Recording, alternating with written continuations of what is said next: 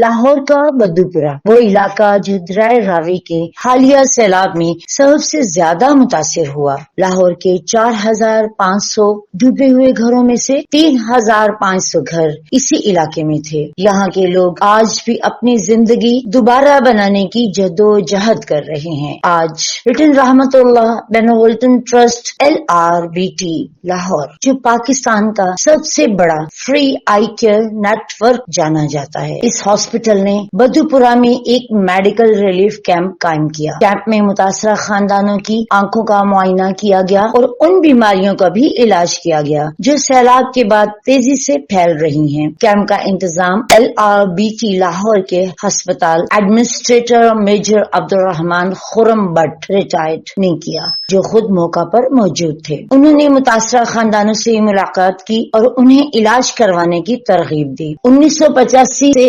LRBT روشنی اور امید کا دوسرا نام ہے۔ اس وقت یہ ادارہ پاکستان بھر میں 3 بڑے ٹرسٹی آئی ہسپتال، 17 سیکنڈری ہسپتال اور 63 پرائمری آئی کیئر کلینکس چلا رہا ہے۔ پاکستان کے کسی بھی حصے میں جائیں، ہر 200 کلومیٹر کے بعد آپ کو LRBT کا ایک ہسپتال ضرور ملے گا۔ اس مشکل گھڑی میں LRBT لاہور ایک بار پھر متاثرین کے ساتھ کھڑا ہے، اس عزم کے ساتھ کہ پاکستان میں کوئی شخص غربت کی وجہ سے اپنی بینائی سے محروم نہ ہو۔